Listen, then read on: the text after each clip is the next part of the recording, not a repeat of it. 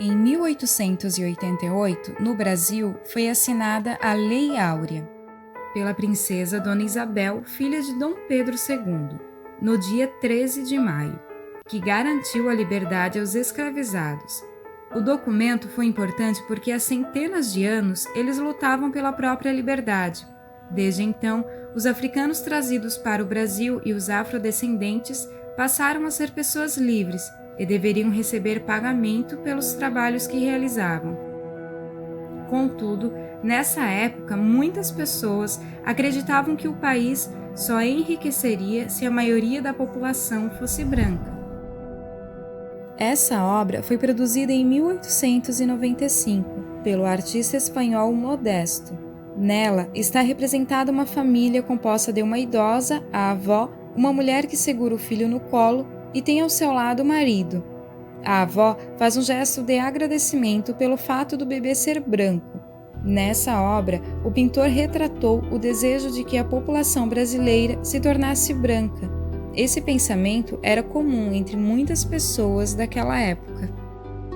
Com esse tipo de pensamento, muitos fazendeiros de café e donos de comércio, em vez de contratarem o trabalho dos africanos e dos afrodescendentes, preferiram empregar outras pessoas apenas porque eram brancas. Assim, o governo brasileiro passou a incentivar a vinda de um grande número de imigrantes europeus para trabalhar nas fazendas de café, e grande parte dos africanos e dos afrodescendentes ficou sem trabalho e sem ter como se sustentar. A partir de 1870, muitos imigrantes europeus chegaram ao Brasil para trabalhar nas lavouras cafeeiras.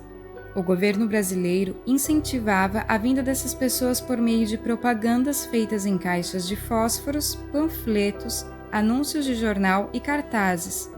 Nessas propagandas, havia promessa de se ter terras férteis e enriquecer facilmente no Brasil.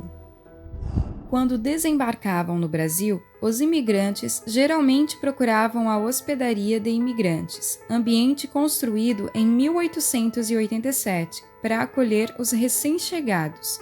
No local, vários serviços eram oferecidos, como dormitórios, refeições e lavanderia. O espaço atualmente abriga o Museu da Imigração. Ao chegar, os imigrantes italianos foram trabalhar nas fazendas de café de São Paulo e do Rio de Janeiro principalmente. Contudo, a maioria não conseguiu o tão desejado lote de terra. Além dos italianos, outros imigrantes como espanhóis, alemães e japoneses também vieram para trabalhar nas lavouras cafeeiras. A maioria dos imigrantes que chegou ao Brasil para trabalhar nas fazendas de café veio com a família. Esses grupos de pessoas moravam em casas muito simples e pequenas, geralmente feitas de barro e cobertas de palha, situadas nas fazendas onde trabalhavam, o que facilitava a ida às plantações. Os imigrantes mantiveram costumes e a própria cultura, mesmo estando em um país diferente.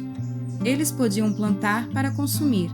Os italianos, por exemplo, cultivavam pimentões e tomates, alimentos tradicionais na cultura deles. Os japoneses, por sua vez, plantavam arroz, uma das bases da culinária desse povo até a atualidade.